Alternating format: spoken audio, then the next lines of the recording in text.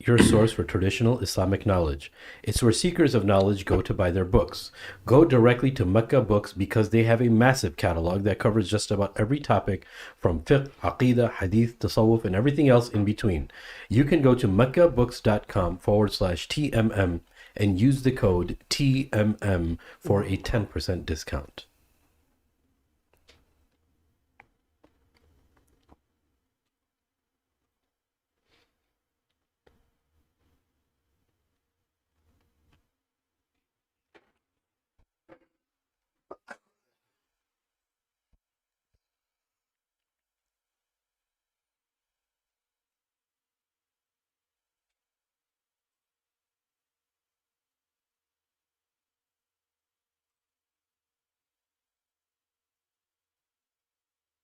قوية الريح قوية جبت كالنار كالنار وطية جبت الريح قوية جبت كالنار سارت بالعزم فتية طارت كالصقر أبية طارت كالصقر أبية أهلا أهلا قافلتي يا قافلتي المهنية جبت كالريح قوية جبت كالنار وضية جبت كالريح قوية جبت كالنار بالعزم فتية طارت كالصقر أبية بالعزم فتية طارت كالصقر أبية أهلا أهلا قافلتي يا قافلتي المهنية. Wow. It's for Ukraine, bro. It's okay. Jihad for Ukraine is fine. That was that it? Yeah, it's the Crimean Bridge.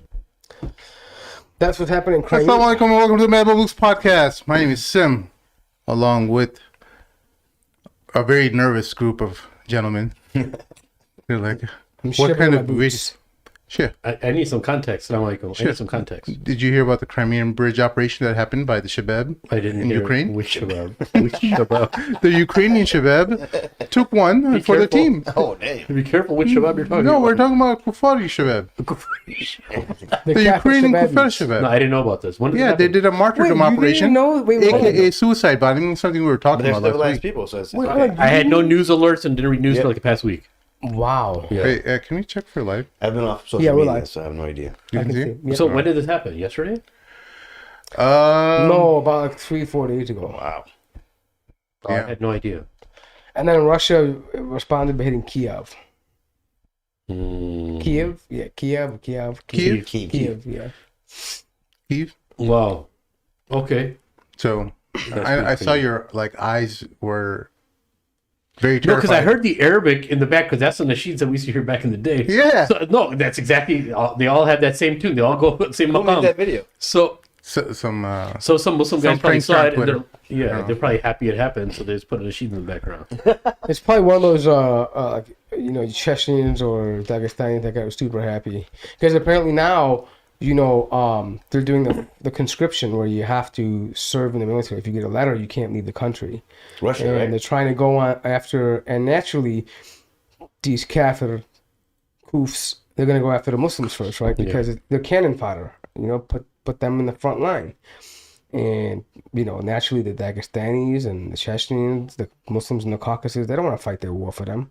As much as Kadyrov wants to be their lapdog, most of them don't give a crap about Putin. Yeah. Their memory isn't short. They know what happened just a few decades ago, Yeah. right? And so, actually, there was a hilarious video when the whole war started.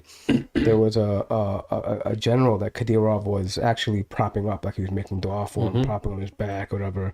And then, like 2 days later, once they engage in the war, this general defects on the Ukrainian side, and he's calling the Chechens to come to the Ukraine and fight against Russia. No way. Oh, Yeah. whoops! I had the wrong Title. their title in there. information, yeah. Poor Hassan Shibley's gonna be incarcerated again. He's gonna need his own attorney. Jihadi videos for Hassan. It's for Ukraine. Okay, everything's okay. As long as it's for Ukraine, you could say Ukraine. No. Oh yeah, you can make jihad for Ukraine. Why not? Jihad for Ukraine. Yeah. Oh. J So for the U. Jay, for you. I had a quick question regarding Saudi, if you guys don't mind. I know we didn't plan this, but it's been something that I didn't get a chance to read up on. But I heard on Breaking Points with the Sagar and Crystal Ball about Saudi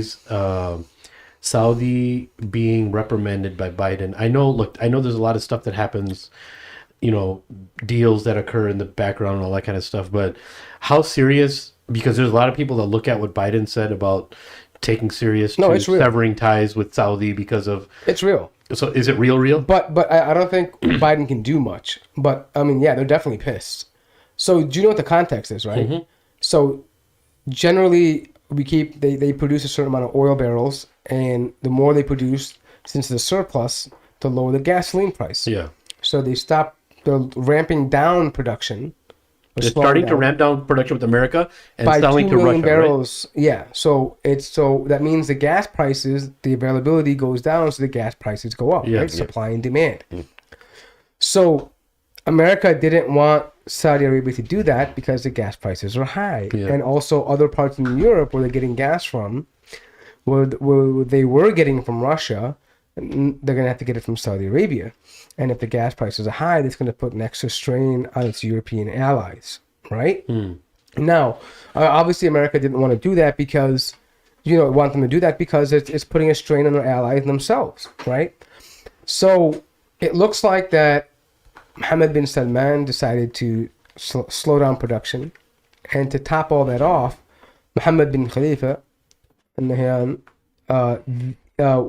met with Putin. Yeah. Right? So that's additional stress. It seems to be there might be some shift. I don't think maybe entirely, but I think is what they're signaling is that, well, we don't really need to be in ties with you all the time. Right? And if you think about it strategically, right? Why should Saudi Arabia has limited resources now. We know that, right?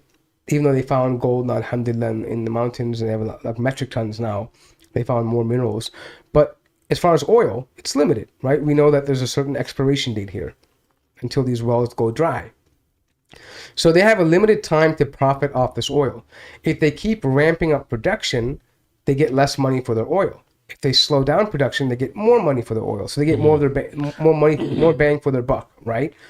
So think about a country like that. And so now America wants Saudi Arabia to increase production to compensate for the gas prices for a war they started that has or engaging in that has no benefit for Saudi Arabia. That's true. That's very true. So why would a Saudi country that's looking to have its own sovereignty and its own independence, why would they want to suffer for somebody else? Yeah. But didn't it happen that the other reason why he was angry was because he's selling oil not to Russia or making contracts? Russia doesn't need oil. I mean, but this situation by decreasing production and increasing the price of oil, it's making, because Russia turned off their gas line to Europe, so it makes it more expensive to get gas. So it's putting additional strain. Like, I don't think you realize how dangerous this is. Like right now, they're literally telling people in Germany, like, dim your lights down, turn off certain lights. They're talking about possibly handing out blankets. Watch how much electricity you use,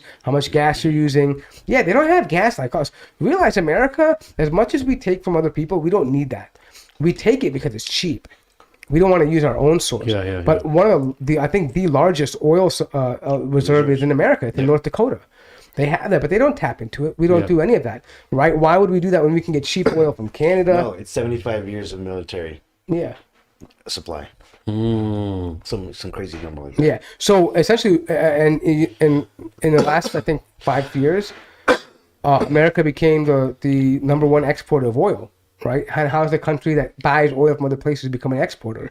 Well, it's because we buy it cheaper, right? And we don't want to tap our own oil, right? We get it from people, obviously individuals in Texas and other places will extract and sell, but generally speaking, we get a lot of oil from Saudi Arabia, from Qatar, from Kuwait, from Canada, from many places. We get our oil for cheaper and we sell it. And so that obviously, so what does that mean for America? Well, that means that they lose their profit. That their allies see if the gas price production goes down, because supply and demand, right? So that means America will also be forced to raise the price of gas as well too, which is additionally putting strain on their allies. the allies are going to want gas for free and for cheaper now. And they're paying more to get that gas anyways, because they're getting it from Saudi and these places, right? So that means now they have to pay more for the gas they're going to sell. And if they increase the price based on that, that means they're only punishing their allies. And the allies are going to be like, wait a minute, we're in the middle of war. You wanted us to pursue this. You wanted the NATO alliance, right? So why are we paying for this? It puts a lot of strain on different things. So it's kind of like saying, wait a minute, we have a way to kind of check you too. We have a way to kind of maybe find our independence. It may not happen, but it's more of a flexing of muscles. If you get what I mean. Of course. Yeah. So there's definitely a legit grievance here. Now, what can Biden do? That's a whole different conversation, right? Like you're now about to engage in a proxy war with Russia. Yeah. They just sent their B-52 bomber over to Poland, right? That is a massive plane. Like they can drop all kinds of weapons. They use that in wartime situations. So it's a massive move to move a B-52 bomber over to Poland. But then you've got that front to worry about. You've got your own internal crisis with inflation at 10%, almost 9%. People complaining about that. Your own oil prices. And then now you have to worry about China moving in on moving its piece in the game, because they can take advantage of this situation as well too.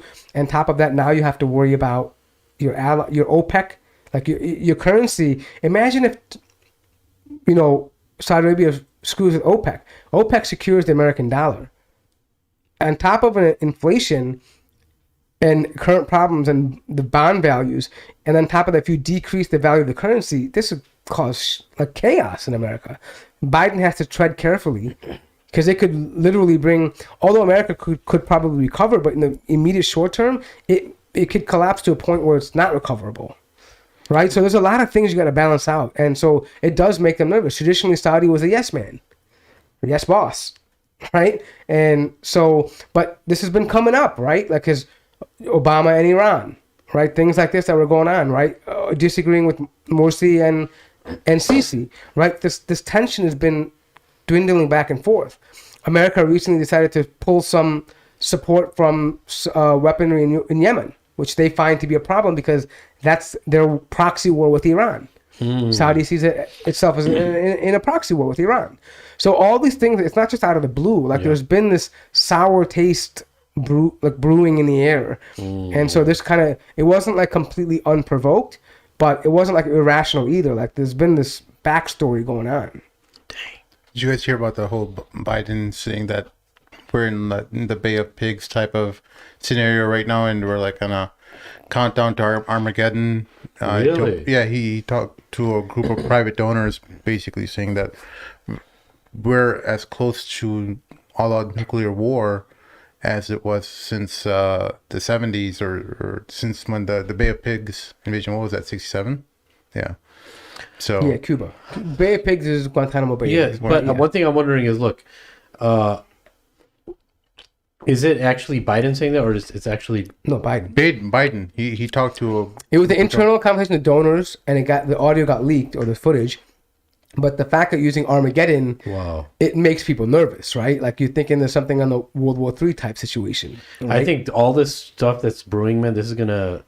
All this stuff is helping Trump 2024, man. Listen, remember when we were talking about this? So you weren't here in this episode, but we talked about how when the Nabi sallallahu alaihi wasallam was when Mecca and Medina was still Yathrib, Allah was creating circumstances for it to be conducive for him to be put in a position of power. Yeah, and all that could be unfolding now. Like think about this. There's war on European soil. It's not Iraq. It's not any other place. That's crazy. This is Europeans in the heart of Europe that killing each other. Yeah. That was 1962, by the way. Yeah. So, Bay of Pigs, right? Cuban Missile Crisis. Yeah. It led up to the Cuban Missile Crisis. Yeah. Mm-hmm. And that was also, by the way, funny enough, involving Russia, because Russia was supplying, and they didn't want a communist state that close to America, so they involved. Anyways, but the issue here is that it could be, with all these events turning and a flip of politics, that Allah is preparing something as an alternative. Very possible, man. Yeah. I think you and me were talking about this a few years ago, probably. Wow. Where all these things that are just like there's so many systems set up for security and, billion-dollar, initiatives on all these governments, but if the inevitable happens, no one could do anything, right? Well, yeah, I think our conversation was along the lines of the entanglement of alliances and Exactly. the interconnected way the world was is similar to right before World War One, when it just took a little bit of conflict to set off this powder keg, and it's pretty much exactly the way that it is back then.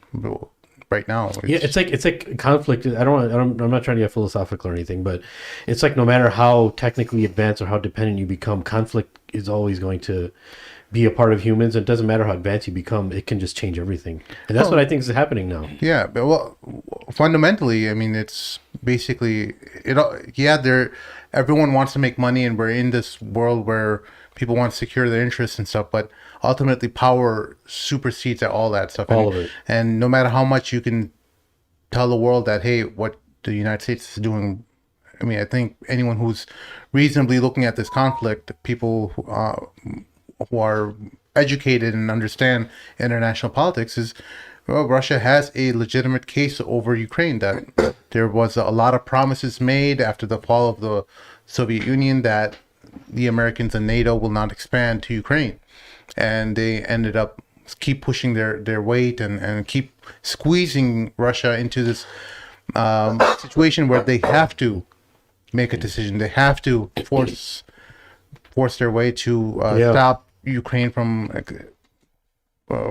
joining NATO. But how invested? Sorry, man, I didn't mean to make it all about Russia and Saudi, but how invested do you think Russia is in taking how far they're going to take this with Ukraine? If I was them, I would be dead serious about utilizing every available avenue, because this is the end of the road for them. If they don't come away with some form of a victory in this, they're negligible in the world stage now. But what? Maybe if it's not going to be all, you think they're just going to settle for a portion or something? Well, is that what it is? Well, The Donbass? Yeah, the Donbass region and Crimea and everything. Yeah, that still will give them. But do they consider that a victory? I'm saying. I think if they significantly destroy infrastructure and cripple Ukraine to the point where they can walk away and say, hey, look, we got some of the most important regions of Ukraine, and we got Crimea. Well, they already had Crimea, but in terms of an official recognition from the West that these are our regions in a treaty, I think that would, he can't walk away like this. Right now, he's losing. Sim, can you explain to him why that means? I think he's getting it, because the idea is that Russia needs to, rather all eyes on Russia right now. No, I understand that. But I mean, it's more than just them getting territory. Talk about them, like, meaning all the different allies that are now confronting them. Yeah. If they were to lose, they're actually showing weakness. Meaning that if they don't get anything from it, it means, wait a minute, we didn't even engage in a full war with NATO. Yeah. And we lost everything. Well, yeah. Well, it doesn't even have to be in everything. They have to save face. They have to look like world power to be. They strong. were at least at a point where they had their foot on the neck of the Ukraine leadership. To that, hey, we look like we're in a position of power, and right now they would be making concessions that would make them look bad, even though it would be behind the scenes to kind of make it to look like they save face, but they're not in a position yet where they can kind of walk away, even if they get Donbass and Crimea and significant portions of Ukraine, it still looks bad. They have to look like they walked away from it in a position of strength, and they're just getting their butts kicked everywhere. Even for their allies, they wouldn't be a source of confidence anyway. Their allies already see them as superior because their allies aren't that many, but all the allies are lower countries. But what Isim is saying is that the optics, that look, in their minds, if they get any territory, they'll say, we're glad we got this because we fought the whole world. We fought the NATO, we fought America, they were all supplying weapons. But because the whole idea is that everyone knows NATO is America, right? I mean, the military is America. France, Germany, these places have nothing in comparison to what America has, right? So for them, in the optics, we defeated American proxies and our weapons, our Soviet era weapons that we had, look at the crappy weapons, we stopped them, right? And so if they don't, it shows that America has superiority to them. That if we engage in a direct war with them, it would be over. But on the flip side, no, I thank you guys for that detail. But how much is America engaging on that level where they have to show superiority at the end? Well, everyone has to show strength, right? But how much are they willing to sacrifice? Well, that's why they're kind of acknowledging. While Biden says that he made that remark in private and that it was meant for a private group of donors, they're willing to accept it. At least they want the Russians to know that, hey, we're acknowledging that you're serious about it, and we're serious about our retaliation. Yeah. So we are expecting Armageddon if you do pursue that route. Right. So, and that's why they're moving like their B-52s over there. But also understand though, if to America supplying America is not directly engaged with Russia is directly engaged. So for America to say, listen, we didn't really put a full force down there. We just provided some supports. Just like what they did with the Afghans in the Charlie Wilson's war, right? They threw them some Stinger, some rocket launchers, and they helped the Afghan Mujahideen push out Russia, force them into a stalemate, and that's what they're trying to do here, right? So, but if this is far more. This is a huge effort, concentrated effort. This is nothing close to what they supported with. I'm saying the idea of behind supporting it, like these militias on the ground. Of course, there's more support to them, more missiles, more recognize, more information. Sure, but America can walk away right now and say, "Oh, it doesn't matter to us." Like we just But what I really think is the interesting point here, though, is that a lot of people, I don't think, are thinking about this. But I think in a lot of ways, this is a exercise for America to learn what Putin actually has, like what cards he has. Like, meaning what weapons is he going to use? Is he using newer weapons? Is he using the old ones? They're testing his military, right? Because right now, the biggest problem you have with these nations, especially if you have competitive nations, you don't know their full arsenal. Like no one knows even Americans don't know what America fully has. They're never going to put their best technology on show, right? They're never going to do that. But if Russia comes to a point where they have to win this, they're going to have to use technology that's going to make them win the war. Yeah. They're going to have to use. So America can now make them show their hand without really engaging them in war, so they can know how to prep for them. That's crazy. I don't think they have anything else that they could show other than nuclear weapons that could really change the course of the war. I'm sure they have other weapons that are secret that they haven't. It's more like planes, but it wouldn't significantly change the way the war is being fought right now. Right now, they've been exposed. They have a lot of infantry and their vehicles and stuff. They're poorly maintained, tanks and stuff that are. And even their troop morale is incredibly weak. Yeah. So many of them are just joining the Russian army and just surrendering to the Ukrainian forces. But just to clarify the point, though, I think what I was saying was it's not like some hidden weapon that Russia has, right, besides the nuke. But America, we haven't really seen like the Su planes in action, right? Their fighter planes. We don't know how good their defense systems are, right? All of that is theoretical. But now in an actual war, we get to see how they use the technology we know they have. Is it really as good as they say it is? Can that fighter jet move the way they say it is? Right now, America is supplying, Ukraine with all different kinds of weapons. Well, can our anti-missile hit that plane they have? Right? Like, because, Russia says a lot of things about their technology, right? They say, oh, this is the fastest plane.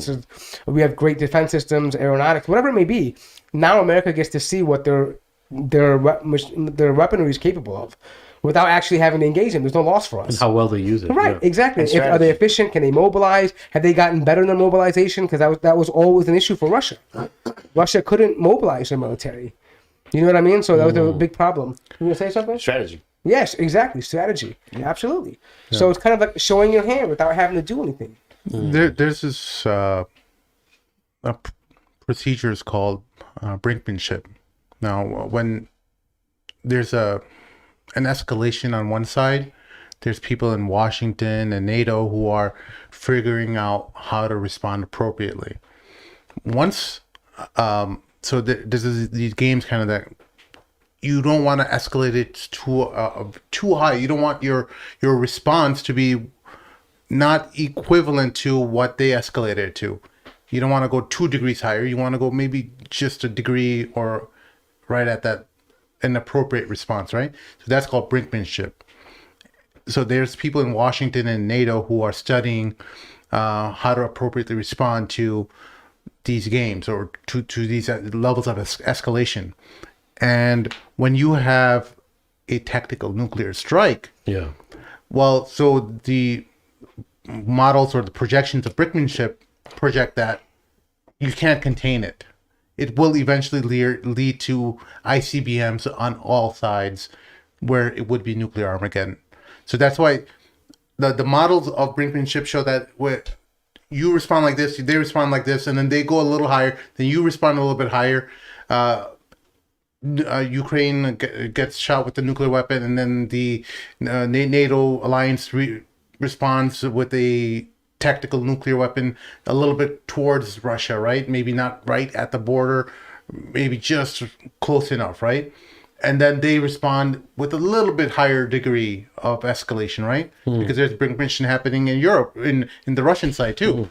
How to respond appropriately to there, because just as what we saw with the Crimean bridge explosions, Russians responded very quickly right after that with strikes all across Ukraine, and airstrikes, hit Kiev and various regions all across Ukraine, and so it wasn't even an equal response. It was a much more high response. Now, either Ukraine says, okay, well, we're even, or they respond even. They try to escalate that, and well, how do we respond to those airstrikes that just happened, right? So this is that game that kind of goes. So what happens is when the tactical nuclear thing enters the equation, even though people say tactical nuclear weapons are just, they're going to affect a small block or, a couple, maybe a few mile radius. A small radius, right? It still enters a new phase of the war that can go really bad very quickly. Yeah, because the escalation path is much more shorter than that's crazy.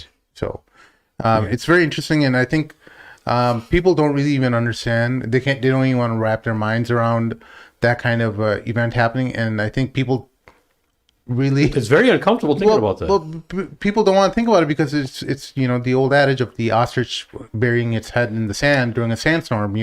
When the sandstorm, the ostrich thinks that it can pretend that the storm is not happening by burying its head in the sand while its entire butt is sticking out in the storm. Yeah, and they're completely exposed, right? So that's how a lot of people, even in the couple nights before the entire invasion happened, Ukraine was thriving. They were partying. They thought nothing was going to change. Jeez. And then all of a sudden, Putin invades. Putin's on their doorstep, and they're just partying. They thought, nothing's going to happen. Their world will never change. They'll figure something out. Wow. And that's how the world is right now. That was just a small microcosm of what's actually happening with the world. People don't want to stress out about all-out nuclear war. So Sim, our friend, thankfully recently has decided to change and not be an ostrich. He started prepping recently, right? Yeah, that's a good. I'm so glad you brought that up. That's a great. You know what preppers are? Oh, prepping for, you mean for like Armageddon? Yeah. I think I encourage a lot of every Muslim, everyone, whether you're Muslim or non-Muslim. Why? People need to. Are you that serious about this? Oh, I without a doubt, it's not necessarily. Are you a prepper? Well, I don't prep for anything. You Shaq going out when stuff happens, be out, man. I don't want to come back in the world with nothing in it. No. I didn't prep to be here. No, okay. I want to know how much you're prepping though. Yeah, you got a bunker? Look, my I don't want to live in right on the radius of the apocalypse where my kids are going to be growing 6 toes and stuff in a second nose. Not. No, I want to be gone in the initial strike. The last breath of fresh air. I can do it 2 more minutes in this world. I want to be gone in the initial strike. Yeah. So all the people that were actually buying those underground bunkers and stuff, they're actually people are probably considering that more and more now who got money. Without a doubt. Yeah. But I want to know what you're prepping though, because I want to know if it's serious. I'm just getting, because he smiled when he said it. I'm getting just large bags of rice, Canned foods. Have you started canned foods? Canned foods without a dry doubt. foods. Hold on. How many canned foods? Let's know how serious you are. How many canned foods do you have? How many canned? Chef Boyardee, No, not you. Do you have boxes? Do you have a room full? Just pastas, man. I buy there's a few cans of stuff, but most what you need is carbohydrates, and you need some, of course, whatever you can get, right? It's not like a hard and fast rule about, oh, you need to buy this much. Everyone has a different budget. Hey, have you thought about MREs? MREs? Yeah.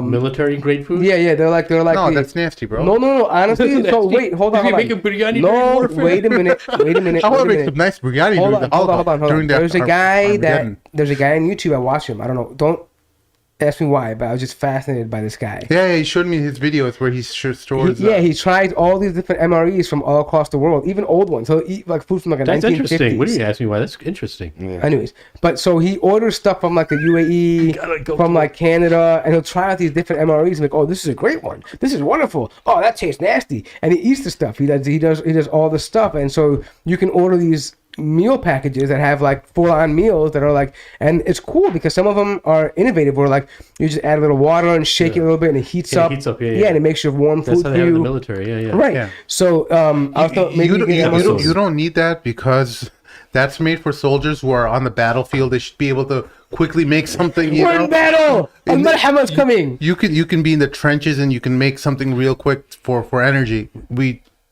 That's not what we're talking about when No, I think that stuff helps too, though, right? Yeah, if you're in battle, yes, it'll help you. What if you get a bunch of Snickers bars? Yeah. Hey, if they're packaged and they're airtight, you'll be fine. Let's talk about sugars and nuts. We're talking about No, I know what you're talking food about. that no, you don't. I I like don't think you do. salty nuts. I do. You chef. I'm you just don't. saying You food don't. is food. That's all I'm saying. No, it's not. The reason I brought up is food is food. No, food is not all food is not food. It's not, or at least not prepper food. Okay. You can't store potatoes, bro. I know you can't. Yeah, so it's not all the same. He's saying that the military food is not. It wouldn't make sense to have it. No, you can do it, but it's expensive. And the bottom line is that Oh, is it expensive? and the thing is, you wouldn't you'd have to have each meal for each person, right? So you can't you don't do it in bulk. Like it's for like an individual, mainly for yourself. But if you have a family, right, you're gonna everyone pop up in a bunch Everyone's sharing from that. Do you know how small that is, bro? Yeah, bro. Hey, remember space I think food? the MREs are paying maybe I think they have a total of 3,000 calories. So if you're gonna do In one meal? yeah, That's a lot. yeah, it is. I mean, because it's meant Everyone for people. $20, bro. $20 and get off the. But it's American food, bro. But actually, they have MREs with like biryani. Right. I swear to God, the UAE one has like biryani in it, like curry and rice. Yeah, I mean, I don't know how good it is, but I don't know. Some dude made them biryani and they I don't know. They like deep freeze it or something. I don't know what they do, bro. But anyways, the point being is what he's saying is technically for like long term, like that's for like short, like in the battle, right? I know. Like for if you're gone for 2, 3, 4 days. But if you're like in a situation where like the markets are closed and you're at home, right? It's not a total bulk nuclear food, yeah. disaster, Yeah. but the roads are damaged or you can't get out or there's no fresh water around, right? So you want to have enough grain and like enough water that you could survive for a couple months without having to go to a grocery store or without electricity, food you can cook on a fire. Is that what you're talking about, Sim? No. Oh, wow. Wait. What are you? He wasn't paying attention. I'm sorry, I was paying attention. Oh, never mind then. I'm just saying like it's food that you want to have like that. For example, not for like a whole full on like in a trench scenario, but let's say there's a catastrophic event and you can't get to the store for a month or two. You can have food in your house that you can quickly make, or maybe if the power goes out, you can make it over fire. Flour, pasta. You have canned cream where you can, quickly make some creamy pasta. You have some spices last generally a year. You want at least a year's worth of food, and it's not that much, folks. It's not. But every time you go shopping, do you just pick up a little extra? Is that what you do? Yeah, you just buy an extra like like those basmati rice bags are like 40 pounds or something. I don't know, 40 pounds is it? Yeah, you can get 40 pounds. Yeah, the 40-pound bags. So I buy an extra one, and instead of going and buying another one, I'll just start using the one that I had for stock, and the next time I go to the store, I'll buy an extra one. So that way you're kind of cycling it, right? You're not just like letting something rot in some corner of your garage or some crawl space or something. So because you want to have a rotation going, you don't know when this supposed apocalypse is going to happen. It could be 1 year from now. It could be 5 years from now. Yeah. Right. We don't know. So that's why you have to develop like a life cycle. Yeah, no, my missus introduced me to that. It's like a lot of Mormons, they do that. They have like a lot of pantry save ups for like, I think like a year of food stock. They're always stocking food for a year. And they have all these YouTube videos on how to stock. Yeah, and it's in our hadith as well that during the end of times when there's going to be food shortages, you're going to be hungry. I think a lot of the world will be hungry for at least a year. I think that's what the hadith related to Dajjal and stuff that they're talking about. The scarcity of food for about a year. So you should have a year's worth of food, and it's not that much. People think like, oh, you just for rich people and stuff. I'm confident you can have a year's worth of food for under $200 to $500. Yeah, depending how like what you buy. No, not simple but I would say if depending on how big your family is, I would say for a family of 4, you could have rice, legumes, and pastas. That's true. Legumes are important. Yeah, but for $500, you have some canned food and some spices and stuff. You can survive. Yeah. Some tuna here and there. It would be the same meal every day, but you'd be surviving. Yeah, of course. Yeah, but you know who's really smart here? I mean, it's a smart idea, but this guy's smart. Because you know why? He just told them where to go if something happened. He just come rob him. That's why you get armed too. So you gotta add. I know what you're planning. I know what you're planning. Additional $500 for some ammunition and some weaponry to prevent the scavengers. Yeah. You know, the post-apocalyptic world will have a lot of scavengers. So I have this friend of mine, and he's in Canada. A lot of people are. He's in Montreal. And he's a big time prepper. So him and a bunch of buddies, they bought this place that's in a mountain. Wow. And like he goes every weekend, stock stuff there. Get out of here. The mountain can't collapse. I don't know what they're thinking, bro. I told him, listen, if we face something that bad, bro, just take me with the storm, baby. I'm gonna come out there with my arms open. Can you imagine coming out in a post-apocalyptic world? I'm not talking about him, but like a real apocalyptic scenario. Why the hell would I want to survive? You come out, there's no running toilets, bro. There's no like internet. You're still gonna have loved ones, right? You want to protect. Mort, you see him? Listen, bro. Tawakkal ala Allah, bro. That's what he tells his parents. I'm tawakkal ala Allah. I'm going out. You guys didn't live long enough. Get a good life. For the love, bro. No, bro. I know what you mean. I'll take it with me, bro. I'll be like in the street. Just put your hands up. Embrace it. Just go. Do it. How long are you gonna hold your hands up for? Man, until the red dawn comes, baby. The board just standing there for 3 days. Well, by the way, looks for technology. No, by the way, I could see like roams of like bands of scavengers who are like eyeing his S550, S-Class, whatever car, and biting away at his tire. Like, oh, see, here comes a rich person on the road. No, but you know car out. Do you guys remember, like in the Mayan calendar in 2012, like there were people who legitimately thought the world was ending, and they sold their belongings. There was guys in the middle of like Times Square, and they're holding Bibles in the sky like this at midnight. That's that movie 2012 came out. Yeah. Oh, really? Yeah. I didn't see that movie, but and like when it happened, the guys were like, "Well, now what?" He's like, "I don't know. I sold it." Like, no, that's why a lot of people are getting armed, bro. A lot of people are getting armed. I agree with you. I don't want to be in like a Mad Max type of a movie. You know, did you ever see Mad Max? Mad Max is not bad though because you can take what you want. You take women, take whatever. It's not bad. No, it is bad, bro. They don't have water. No, but you just take it with force. No, me and Shaq could roll out, mohawks and just take women. Shaq don't want to roll out what you want to go out. We want Ghanaim, baby. Shaq he wants women, baby. Yeah. We want Ghanaim. You know what I mean? He got the car. A bunch of women lying around, bro. We'll just take them, get some water, take some food. That's prime meat, lying baby. around, that's what you want? Women lying around? I'm saying they need help, bro. We're here to save stories? It makes sense. Like Mad Max, Mad Max is still doable, right? Because you can do whatever you want to do. It's not like you can't breathe the air in the air. You don't have to live in underground. It's still doable. So are you prepping like ammunition and guns and stuff too? Not yet. Basic.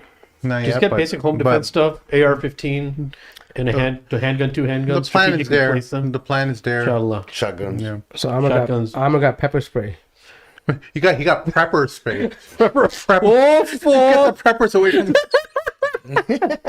What is it? WD-40. With the flame.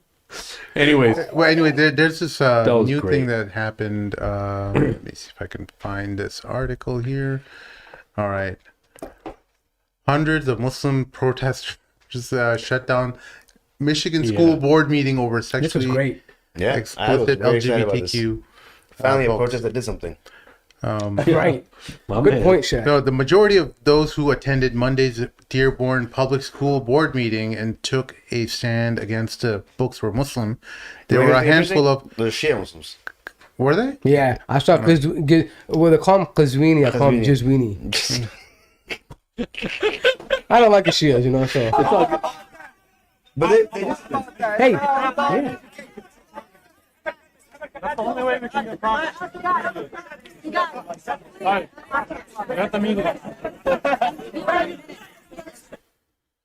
But he Okay, made some that's very good enough of points. you guys. This is... You ever watch South Park? Robble. Whenever the crowd gets upset. No, But, yeah. I get it, dude. Whatever. And that's inevitable. That's gonna happen. That's supposed to happen. But like Shaq said, man, at least some protests. Adultery, big sin. Homosexuality, big sin. That's what the card says over here. And those Bible verses, these are like Assyrian Christians. as well, Marriage too. phenomenon between man plus woman. There's a lot of Innate sexual people who desire. are...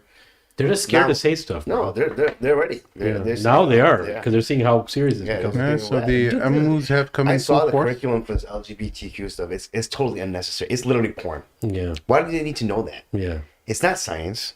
You know, it's not. There's nothing to do. This is absolutely nothing. You know, I'm not. We don't care if you want to do that, but there's, you know, like, okay, we're not. You know, the whole transgender thing. This thing bothers me a lot because it's not science. Yeah. You telling me, oh, I don't feel like a man. Yeah, I get it. That's totally fine. Cool with you. Those are emotions. Yeah. And if you're emotionally feel like a woman, good. That's fine. Go get raped in the ass. That's no problem with me. But don't come and teach that to my kids and shit like that. I don't care what you do, man. Of course, yeah. There's no point in it. Like I'm really just trying to figure out, like, what's the point of this? Yeah. Like, why teach this to kids? That's what I was trying to think. Like, why are they teaching this?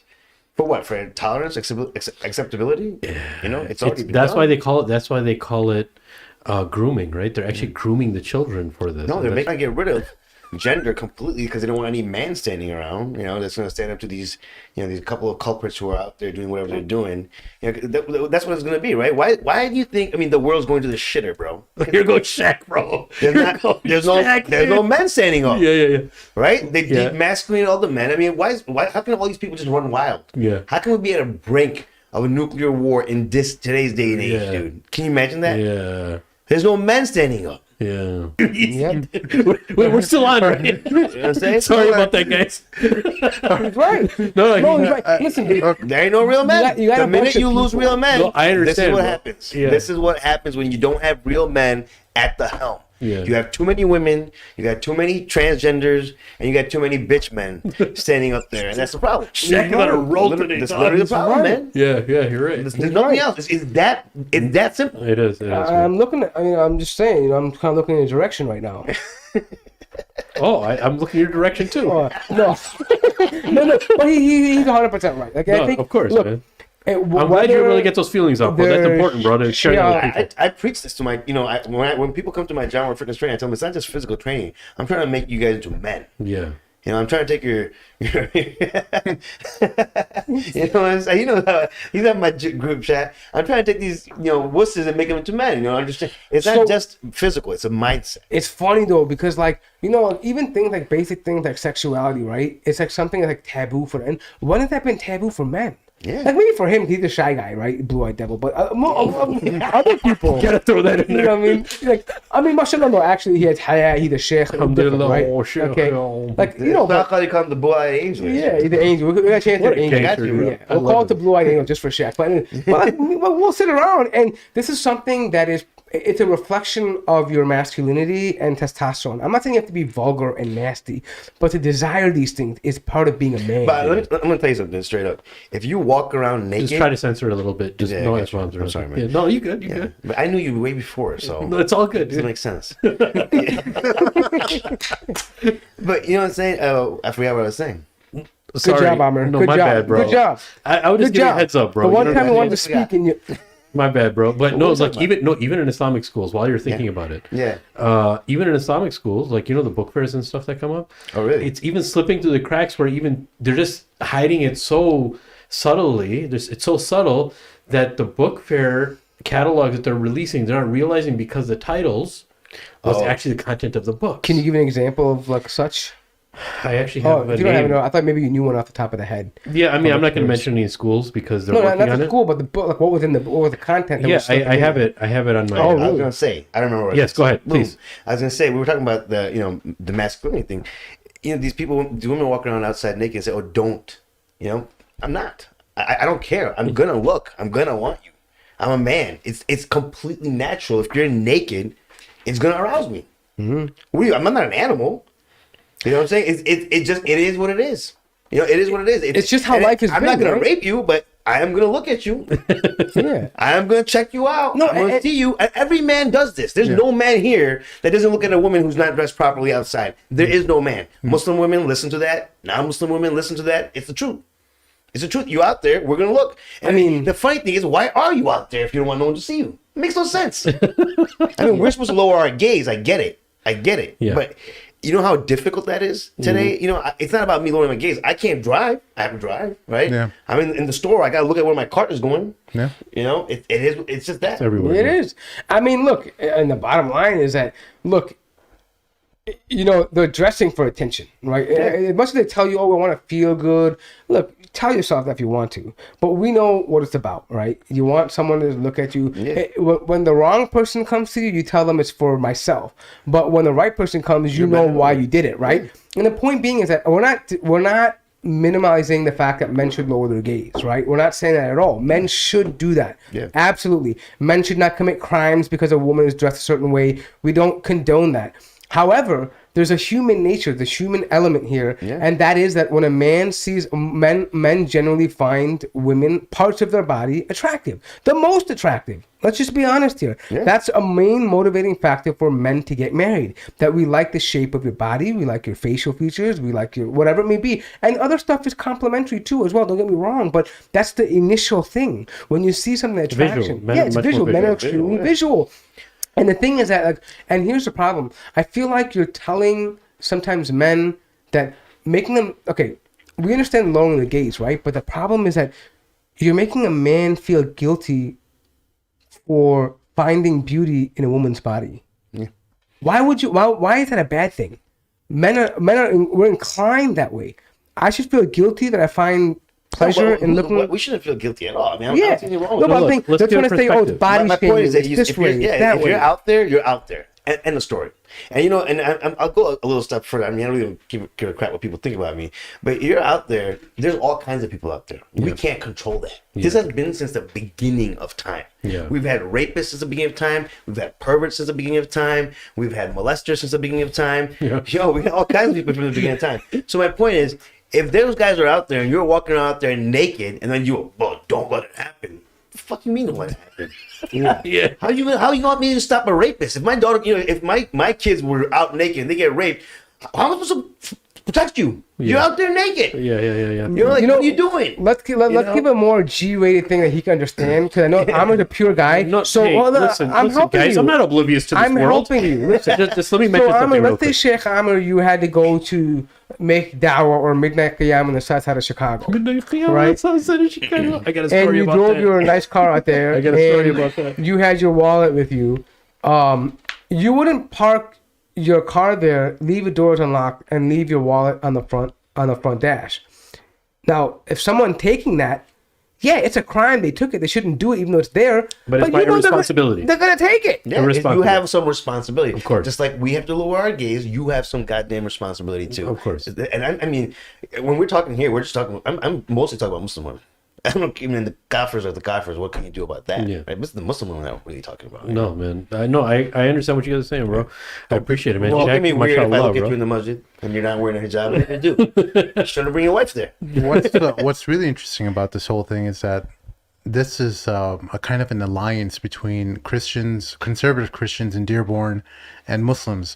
So if we rewind a few years back, these same Christians were putting pigs' heads in their lawns and, trying to scare Muslims away and trying to, create this fear of Tables of terror. Islam or Sharia taking over the land. But now what's happened is that they found a common ally, and the Muslims and the Christians have kind of essentially shook hands and said, hey, you know what, we'll put our beef aside we got a bigger problem here with the LGBT movement. Yep. That's And happening a lot now. Next thing you know, evangelical Christians all becoming Shias. Episode. But I've actually heard that. From a no. couple So I people. found the book. So the name of the book, look at it, it's just called The Insiders. Wait, where is this? This is in the Muslim bookstore. So all schools generally share in whatever district the same book catalogs for book fairs. So this is in some Muslim schools here and there, like in Illinois and all that kind of stuff. Private Muslim schools, though. Private, yeah. But they don't realize Is this curriculum or books you can buy in like books a you book can buy fair? in a book fair. Okay. Yeah, and you just have to sign up for Like Market Day, right? So it's called The Insiders by Mark Oshiro. Back home, now this is in the description. You can see it's small. It's a small writing. Back home, being gay didn't mean feeling different, but at Hector's new school, he couldn't feel more alone until he finds an impossible room that sparks new friendships, adventure, and magic. Look what's next to it. What's next to it? Sounds like a porn movie. No, bro, listen. Listen to this. Bro, listen to this. It's sandwiched between two different books. Sandwich. The Great Ghost Hoax is right next to it, and on the other side, Once Upon a Tim, and right in between that is The Insiders. Wait, what's about a Tim? Once Upon a Tim. Sounds pretty. Tim. No, that's because. So wait, the Insiders is sandwiched between all this? Yes. How appropriate. Yeah. It's just Tim is just a peasant, but he dreams of more. So when Princess Grace is abducted by the evil Stinks, and the prince calls for a legion of knights, Tim jumps on the opportunity to rise in the ranks. Thank God, that's good. Yeah, That's fine. He's being chivalrous. Yeah. No, but guys, look, straightforward. Look, Islam is very, very straightforward, and we're a realist in the most realist religion. The Quran doesn't beat around the bush. The Quran gets right to the point. And Allah subhanahu wa ta'ala in the Quran, obviously in his speech, subhanahu wa ta'ala says, بعد أعوذ بالله من الشيطان الرجيم زين للناس حب الشهوات من النساء. That's the first thing Allah mentions. That it has been beautified for you. Zuyyina means that it's been adorned for you. Zuyyina linnasi, all people. The people, all human beings. حب الشهوات, the love which entails or which is rooted in the shahwa, which is rooted in, which means our shahwa. The greatest thing that we have as far as a challenge is a shahwa. And the shahwa, the thing that follows it next, and Allah is talking about men here, is nisa. That's the first thing, right? So the dilemma here is what obviously Shaq very eloquently was referring to. And you have a point, bro. And it's very, very important. Look, us as Muslims, the reason why we talk about hijab, the reason why we talk about lowering our gaze is because it's real. It's not fake. Yeah. The challenge is real. And we don't want to jeopardize our akhirah. And we know that when we're doing our part, we expect other people to do their part too. When we're taking all the security measures as a Muslim, and this part of Islam is actually, obviously it's Allah's command, but it actually makes a society a very safe society. Yeah. And it makes the society neglect the portion that can make it decay. It gets rid of all of those issues by making it a vibrant society. So all those shahawat that are present, you actually cut them off where they're supposed to be cut off, obviously by making sure that you communicate openly and easily with your kids about sex and sexuality and relationships.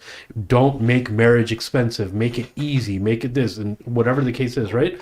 And at the same time, obviously, we have appropriate covering. We lower our gaze. We act like gentlemen, women, and even to the point where Allah says, in the Quran, وَلَا تَخْضَعْنَ بِالْقَوْلِ. Don't, and even tell the women, like, look how beautifully Allah says this for us to be careful on that level. Like, وَلَا تَخْضَعْنَ بِالْقَوْلِ فَيَطْمَعَ الَّذِي فِي قَلْبِهِ مَرَضٍ. And he's talking to the women, is that when you're talking to a man, don't speak in a very flowery voice. Yeah. Right? Speak in a very stern voice. Speak commandment. Yeah. It's an attractiveness too. It is an attractiveness, but I mean, they have sex. no, but what society is, let me say one thing. I think they do that. No, of course. But what society will tell you is, and I'm telling Muslims, do not fall into this postmodern argument of saying that, men don't know how to control themselves. Yeah. Damn right, I don't. No, hold on. Men, they blame it on, and men actually look, I don't know how to answer, I don't know what to say. They say that, men just don't know how to control themselves.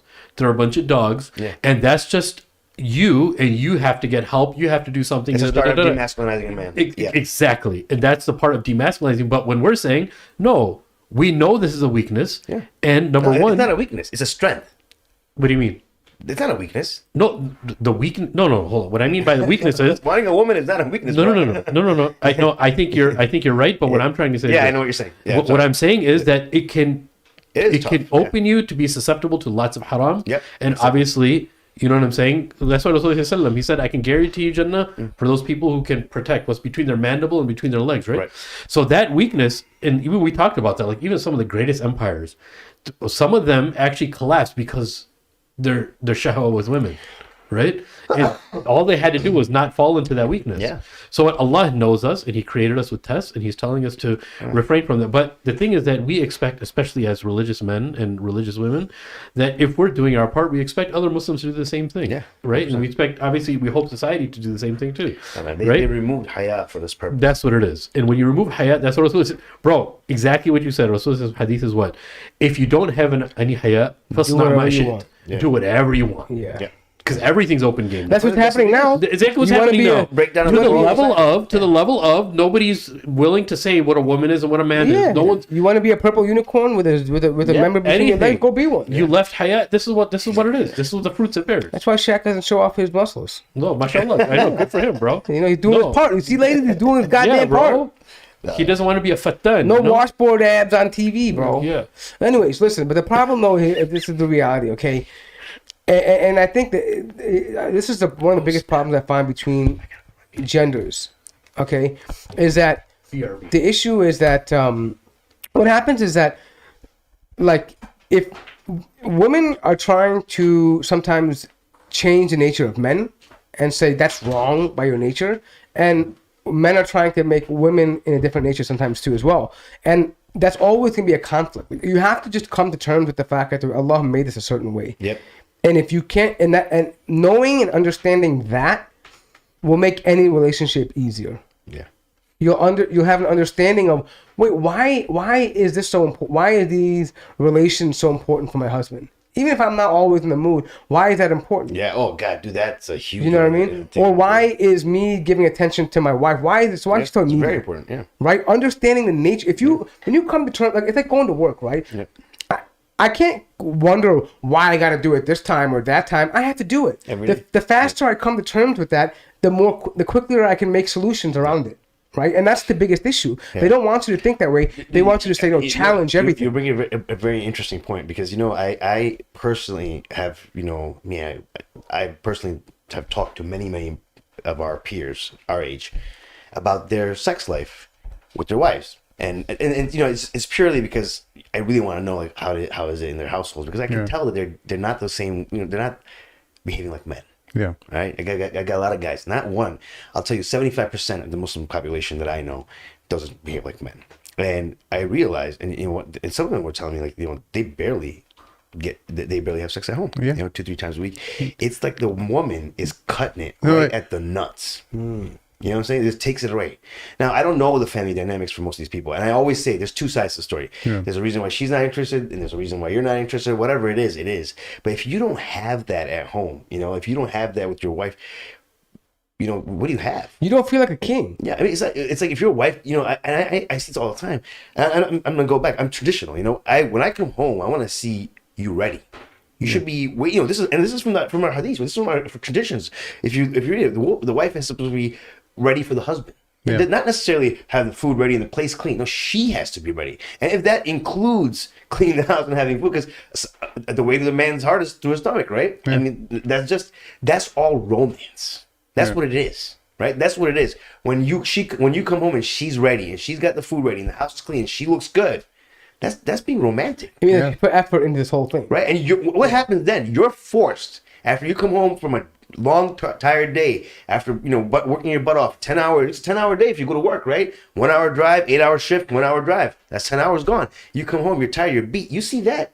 Your second wind starts from there. Yeah. You get revitalized. Like, revitalized. It's Have kinda like you seen anything from Mahdi Tijani? No. Mahdi Tijani is a guy from the UK.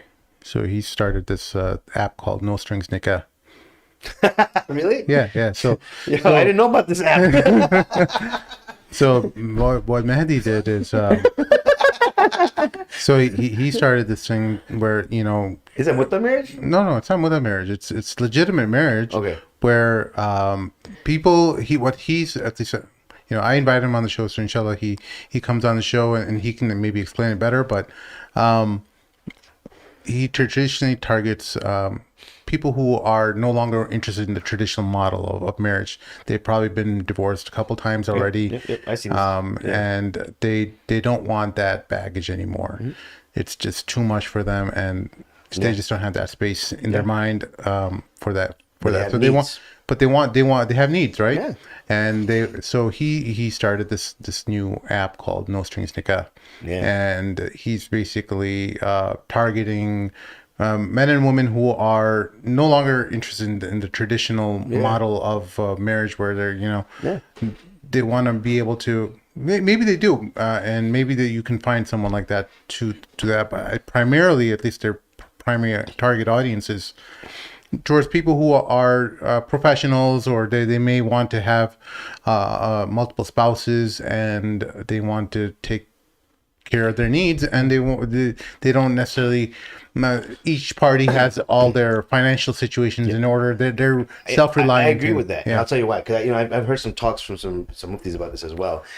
Today's day and age, right? I mean, it's very different now, right? I mean, of course, if you have multiple spouses, you have to, the job is that you're supposed to be able to provide for each one of them. As long as you can do that, you should be able to get married. But I have an opposite belief.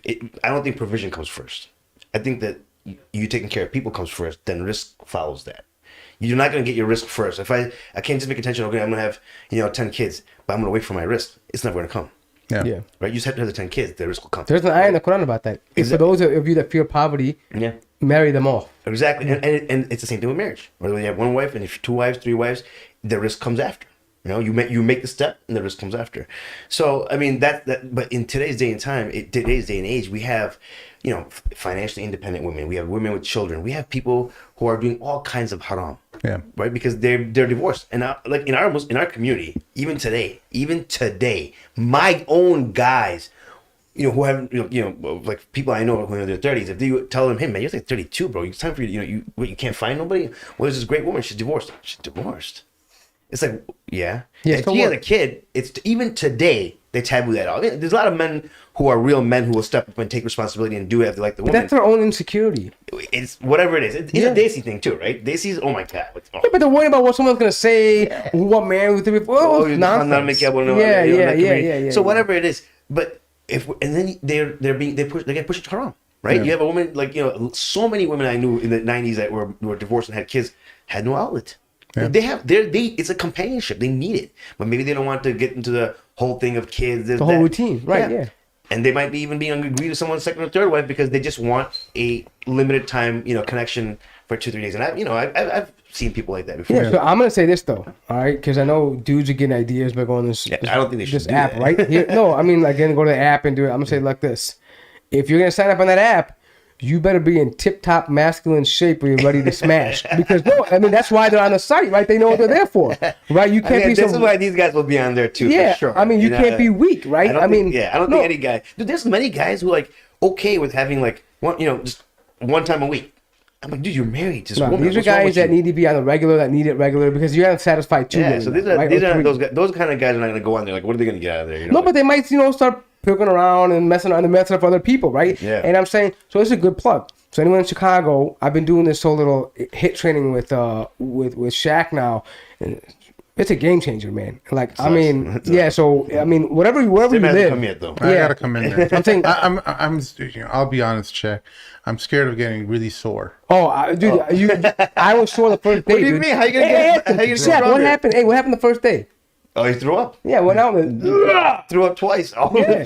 oh man! And I came right back in. Threw up All over your floor? outside. I ran outside, but I could run right back in and start at it. Yeah, I'm like, Do no. you feel better? He's like, I feel good. I'm like, that's all it was. Let's go. And he went Yeah. back in. He's a beast, man. So, Merch pushes, mashallah. Merch pushes hard, Yeah. dude. I love it. well, so describe what typically would happen on your first day to a chicken like me. So you want me to tell you? Yeah, tell me. Yeah. Tell me what you guys Yeah. did. Yeah. But So- he kind of went in all out, a little bit. Yeah. I think. No, but honestly, to be honest, Yeah. I don't think it was that. What happened was I ate a little before that too, and I didn't, because if you do a regular work on the gym, you're okay. But this is way more movement, way more stress. So you need to be a little more empty in your stomach. I had maybe a So I usually intermittent fast. So when should I eat before coming? At least 2 hours before. yeah, 2 hours. 2 before hours you before. come. So I should have like a protein Or shake if you're and gonna eat stuff? If you something, want. make sure it's a little small before you come, not like a full But if stomach. you're intermittent fasting, stick to your schedule. Yeah. So I mean, so I'm not sure if you're familiar with like it's a mixture between would you call them like complex exercises and then weightlifting, right? Compound and Compound, right? Yeah. So like you'll do things like I've done stuff I haven't done since I was a kid, like crawling on your hand, like crab walking, or Bear you'll claws, do yeah. like the bear claws with the machine, the little thing in the back that you drag and you kind of move up and down. The burpees, doing like the Spider-Man push-ups. So and we try to cover is conditioning, agility, and strength. So we try to mix all three of those things together. You know? So How many one times thing- a week? 3 times. a week. I do it twice, but yeah. But the thing is, I'll tell you, I can tell you where it helps me, and it's probably relevant to a lot of guys out there. As you get older in my age group, you just don't move as much anymore. Yeah. So the flexibility, the Mobility. fluidness you have, like, and you guys know what I'm talking about. Like sometimes you'll just do a quick bend over or do something, and you'll go, oh man, that didn't feel right, Yeah, right? yeah. So that kind of thing, it goes away because you're flexed, because we do stretches and stuff too. So that helps with that. Secondly, guys like us in IT, we sit in the chair a lot, Dude. and killing so me. your core gets weak, Yeah. and that's how your gut gets loose, and you start, you your have back- other back problems. Back problems, Back problems. and your whole body is just off, right? Yeah. Because your core is weak. You're mush. So this is I've noticed that like a lot of the exercises they do are core centric. Like you feel like your core is being engaged, Yeah. and so you come out walking better. You come out sitting better. You come out feeling stronger. We're huge on form. We're huge on posture and core. Yeah. Those So, things. and obviously, when the core is feeling tight, everything else feels nice, right? Like you're feeling like okay, again, you're feeling stronger, like you're walking stronger, and so that's one thing I noticed for guys in my age group. And like you can do what you can out of it. You don't. I mean, they're not going to come expect you. I remember something really interesting today. I was reading up on some stuff, and I read for every 1 pound of muscle that you gain, you're burning 60 calories Nuts. of fat. You know what? Check this out. So just of 1 week, of 2 weeks, I'm doing this now, and so I was kind of stagnant at the way I was losing weight in the gym. 'Cause I was just doing cardio. I mean, I was just doing I would do one day an hour incline walking, and then I would do the other day like stairmaster and then some weights, right? Like very minimal. I wasn't pushing on the weights because I was like, I gotta go to work. I don't want to get sore. Let me just do the basic. I'll build up. But when I started this, even though my appetite grew a little bit, but I ended up losing like 2 pounds in like 2.5 weeks. And you don't feel it like you're losing weight, but it just comes off because it's pushing a little differently. So I noticed that like building muscle, especially in this stage in life, younger you can build it easier. But right now it's so much more valuable to me. Yeah. In my It makes a huge difference. Yeah. Huge like the difference in the way you metabolic feel. process. Yeah. Like, hey, I've been taking like even my dumps are better, bro. You know what I'm saying? Because you get everything moving. Yeah. Right? Yeah, bowel movements are very, people don't understand. A lot of people don't have bowel, if you have trouble with bowel movements, you have to, the way that you kind of push the bowel out of your stomach, out of your intestines is to something called peristaltic waves, right? Yeah. So the more inactive you are, the slower those waves get. Right, so the more active you are, the better those waves are at. So a lot of times when people who are sedentary, they don't poop right, and they're wondering what's wrong. And they're taking all this stuff, and Metamucil, this that. No, man, go outside, take a jog, run, start moving, and then when your system starts going, you're gonna start going as well. Yeah. Yeah. That makes sense. Yeah, and a lot of people you don't realize, but your gut health is super important for your mental health. It's like your second brain, right? If you feel off in your stomach, maybe you're feeling bloated. Yeah. You know what? You want to hear something even crazier? Because you brought that up in the gut health into the mental health. They're doing research now where they believe that people who have kids who have autistic or autism is related to some missing bacteria in the gut, so they cannot process it properly. And they've been testing that. Is that why they always mention gluten diets and? Well, so I have an autistic child, and I can tell you right now, the diet is huge. Wow. Factor for us. So you can tell if you feed them different foods. Oh, night and day, bro. Oh, wow. Night and day. They can't have sugar. They can't have any sugar at all. It's very limited sugar. We have to really give. Like now, she's a lot better, so we've been able to give her a little bit more, cookies and candy and stuff like that. But we still have to limit her like crazy. She has to eat, more lean food. If she starts eating like, like desi food or carby food or oily food, she starts, just being off. Kind of it throws her off. So she eats. We try to feed her as healthy like how I eat, and that's helped her a lot. a lot. Wow. I mean, A lot of stuff. it's amazing, but yeah, I mean, like, Yeah. but a lot of people feel sometimes, especially with this onset of like acute depression all the time, people are just mad and or upset. They don't know why they're feeling this way. Yeah, it's like your stomach's off, bro. Like, Dude, it's so. Wait. Let's get back to. I gotta get to the sponsor real quick. okay. Yeah. Episode is brought to you by Mecca Books, your source for traditional Islamic knowledge. It's where seekers of knowledge go to buy their books. Go directly to Mecca Books because they have a massive catalog that covers just about every topic from fiqh, aqidah, hadith, tasawwuf, and everything else in between. You can go to meccabooks.com/TMM and use the code TMM for a 10% discount. All right, we're back. So, Sheikh. Yeah. So what I was saying was, I was listening to this mental health professional. He was giving this talk about the simplicity of some of these problems, right? And he goes, a lot of patients come to me and they're like, they're anxious and they're stressed out and they have, they feel like they have depression. So they're sitting there talking to us like, so what did you do today? Give me through a run through your day. Well, I woke up really early in the morning, grabbed a cup of coffee, ran to work. It was crazy busy. I went to lunch. I didn't have lunch. And then, basically, I went after work. I had to go do this. I did that. Then I came home. Then I had to do a couple more things. And I ate a little bit and I went to sleep. So, he was like, did you try eating? Like literally, he said a lot of his patients just weren't eating right in order for them to, to operate properly. So if you're not feeding yourself properly, and I'm going to say something, people might look at me and say, oh, when he's saying feeding, he's meaning like 5 meals a day. No, I'm just saying the right amount of food. You have to have a certain amount of calories for your body to function properly. People don't realize that the brain, it needs cholesterol to function, right? So if you're not giving it food, right, and if you're not giving it the right food, even if you're intermittent fasting, when you eat, you have to eat the proper food in the proper amount in order for that to work. You understand what I'm saying? A lot of people use intermittent fasting. They abuse it. They fast for 16 hours and then 4 hours will eat whatever you want. No, it doesn't work like that. You need to fill your quota. Yes. You need to eat the right stuff. Yes. Right. And then intermittent fast, and it's going to work. And like within that caloric intake too. You have to have that. That's huge. That's very important. Like, a lot of these fad diets, the first thing they do is boom, slash the calories. Like, I'll give you a perfect example. He's not here, so I could say it. Ideal protein, right? Ideal protein, IP. One of the worst things out there. Ideal protein.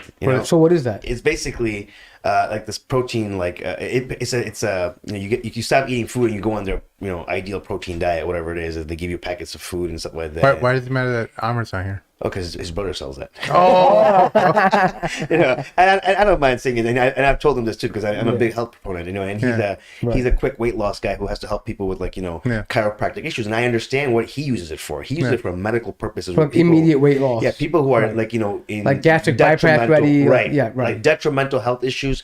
That's great for them, and he has a chiropractic office, so he sees those kind of people. But there's a lot of people in our community who jumped on that because they figured out the benefits of losing weight so fast, and they would take it from him, and they do. There's a lot of people that do, and the minute you get off of it, boom, you're like your weight's right back to where it was supposed. Because you're going back to old habits. Yeah, it's not the old habit. It's not the most efficient way to do it, right? Because you're dropping calories too much. You're gonna lose a lot of other things with their weight loss. Do you believe in this hypertrophy training? We had someone on trainer a few months back who basically you have to set your macros to 200 grams of protein if you weigh around 200 pounds, and you consume 5 meals a day or something like that. Lots of protein. That's like a very bodybuilder. Yeah. So there's a guy that actually in that fitness group, someone posted a video. This guy named Muhammad Ali. Yeah. And I saw some of his stuff, and it's pretty cool. Like, he had this idea that diets shouldn't work. Like, meaning that you should just be focused. There's no good and bad foods. It's really about you're eating enough protein that you need, and then making sure you get whatever your calorie limit is for the day, and eat whatever it is, and then that should, in turn, as long as you do your normal activity, it should help you lose weight even without doing activity, because you're eating the right foods and right amount of it, and you're not having a huge caloric deficit. But, I saw his thing, and I'll tell you where I don't like it. That's like a dirty way of doing it to some extent. It's a cheap way. I agree with you. I think get the protein right. Yeah, that's great. But then the rest of it, the guy didn't care about what he was eating. Yeah, right. And so you'll see. So I think it works for people who are really obese, right? Because because all it really is just limiting your calorie count, right? And if you're limiting your calorie calorie count, because the guy who's really big, if he's eating like 4,000 calories a day, if you put him on 2,000, he's gonna lose weight. He is going to lose weight, but I would never do that. Yeah, okay, I get it. I would still keep him on the 4,000 calorie diet. I would just Just build the muscle, right? And I would change the diet. I would just change the content of food, right? Because he's a big dude. He's probably going to need that energy. I need him to get in the gym and push that amount of weight to burn all those calories faster than rather him just starving Well, that's himself. the whole thing, because he's not thinking about the gym, because his idea is that you don't need a gym. Yeah, his right. idea is And great. I found that funny because he's like I think he's a cardiologist, right? And you would think that you want to get the guy the heart pumping, right? Yeah, I Like, think he just wants to get the people's weights down. yeah, in his and I agree with you. I mean, I think that combining that with actual strength training and gym exercises, that's and then making key. sure that you eat the right food, but don't be on this crazy diet. I don't think yeah. I don't put anyone on a diet. I don't know if you noticed in Janwaar, Yeah. no one's on a diet, And I tell them, I said, listen, I'm not gonna, because it's too hard, and no one's gonna do it. No one has the time. Not regular people. The guy that you're talking about, that's great for someone who's an athlete or someone who's really into it. You know what I mean? But for the normal average guy, like the guys that are sitting around this table, even me, I'll include myself in there, especially nowadays. We don't have time for that stuff, man. I just want to be healthy. I want to be strong. I want to be able to do stuff, right? Be active, and just not have any health issues. So for me, it's just about eating the right food in the right amount. The biggest thing in our community is we don't eat the right amounts of food. We don't eat the right type of food, and then we're snacking all day. That's a and then big they're thing. like, "Hey, well, I don't know. I only eat once at a time. I don't know why I'm so fat." But what? You're not you counting a meal, but the snacks that you've eaten throughout the day are way worse. And the meal itself is garbage. You can eat like this much rice, dal, and then have a little bit of meat. That's the It opposite. should be the opposite, right? Yeah, Yeah, what you're like supposed to more be doing. meat Yeah. and less rice, right? And then like that, like you're right, and like plus, like for example, one thing I noticed too is that guy that was on the interview that we all know, he was on that YouTube channel, and he was like, I realized I was drinking like 3 or 4 cups of chai every day, and that was like 300 calories. Yeah. Oh no, I'm sorry. He had 1,000 calories of chai because he's having 300-400 calories each, right? Because the sugar and the cream and all that stuff. So you go to 3-4 of those, like 1,000 calories just right there in wasted calorie. Like, what do you really benefit Pure from? sugar and milk. I mean, Yeah. people, we have this, okay, and this comes down to like this whole Islamic concept of food and desire, right? You don't realize it's just the same as us desiring women, as you desiring food. Yeah. It's destroying you. It's destroying your health. You're ruining yourself, but you don't care, because it has to taste good. Dude, it's just food. Life is much more. Food should not be such an important thing in our lives. It should never be. People prepare for it. Yeah, restaurants are great for me to grab a quick bite, but not for like to live around it, right? I don't. Food in my house is simple. It's just chicken breast and it's potatoes and it's like couscous and rice. What do you say to the and guys that say it's just too boring for me? That's what I'm saying. The thing is, they're looking at food as like they're running their desires into the food. The reality is, food is just fuel, bro. I mean, don't get me wrong. I'm like you. I'm not really picky about my food, but mashallah, Sim is a cook. He enjoys cooking food. He makes damn good food, right? Well, yeah. So when you say Episode someone is- like him who likes to cook and enjoy the food that he cooks, like he's not going to eat chicken breast every day. You know what I mean? Like, cook the chicken breast in different ways. I mean, dude, you can eat all your healthy food. I'm gonna tell you something. My chicken breast has never tasted the same, 2 times in one day. Never. My wife makes 3 different I don't even know how many variations of chicken breast we have in the house. Like, I have so many different types of chicken breast that I've eaten. I've never felt like I'm eating the same food over and over. Same thing with steak. I think that variety is important, right? Yeah. Because people naturally you're going to feel like, oh man, I'm eating chicken every day, right? Yeah, but it doesn't have to taste like cardboard. Nobody said that. So what's your opinion on like fish and stuff like that too? Like, do you put that in there? My 3 main proteins are chicken breast, sirloin steak, and salmon. Because I'm a big fan. Like, I mean, I started trying these different kind of salmons and like the way they cook it.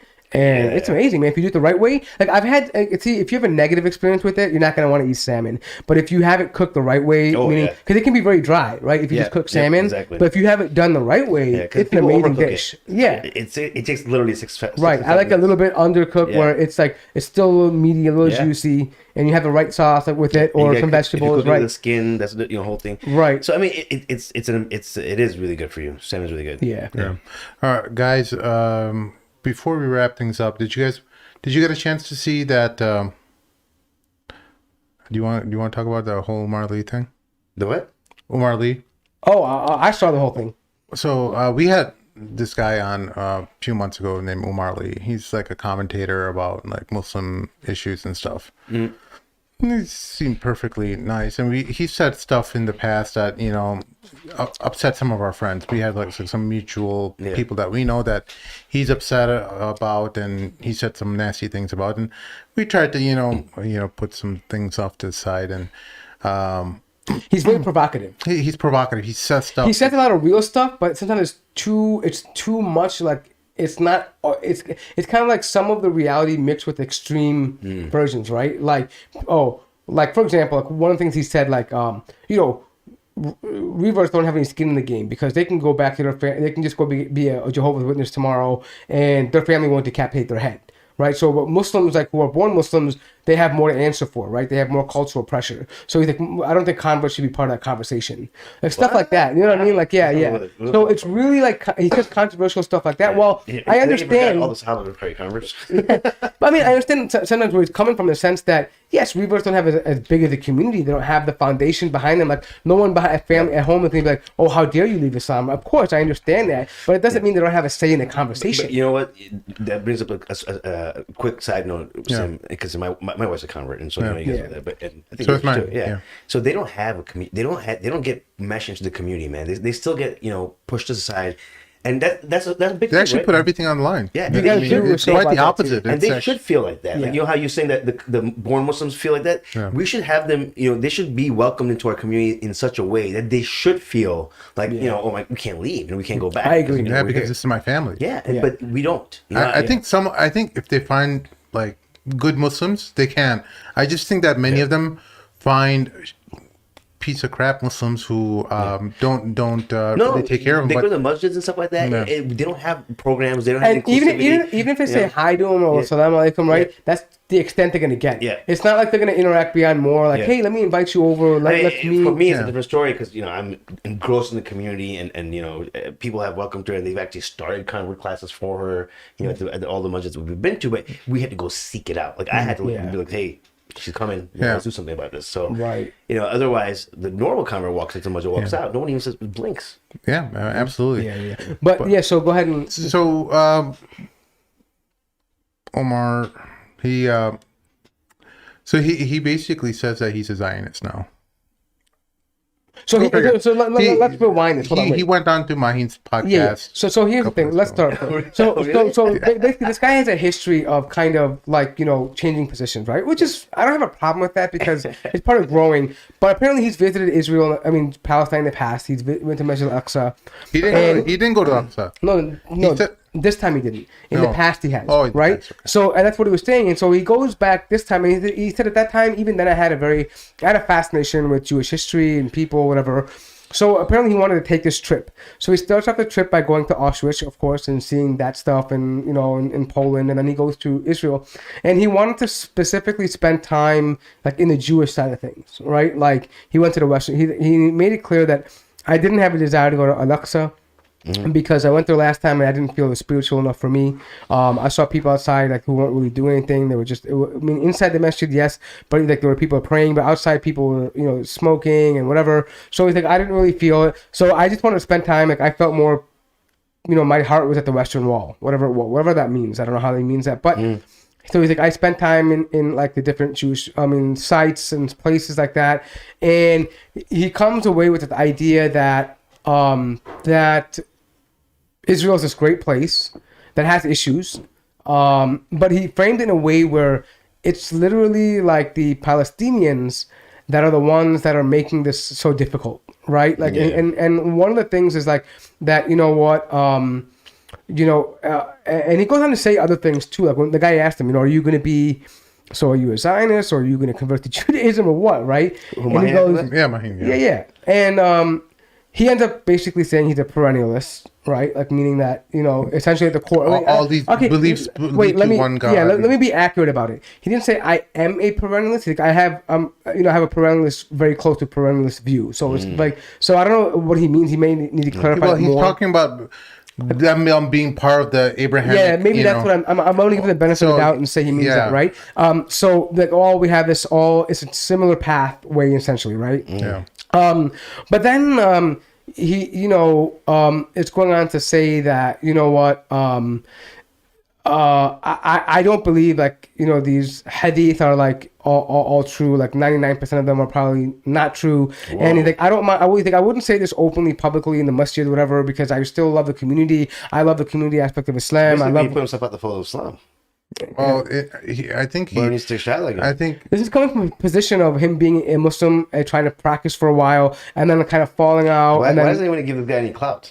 Well, that's the thing. We cares didn't what he know. says? We had him on the show, so but many people will think that Mad Mamluks Jew had him on the show in the we should past. clarify, yeah. We didn't know, like, Yeah. yo, We that didn't know he was a he's- kafir. I don't know if that's.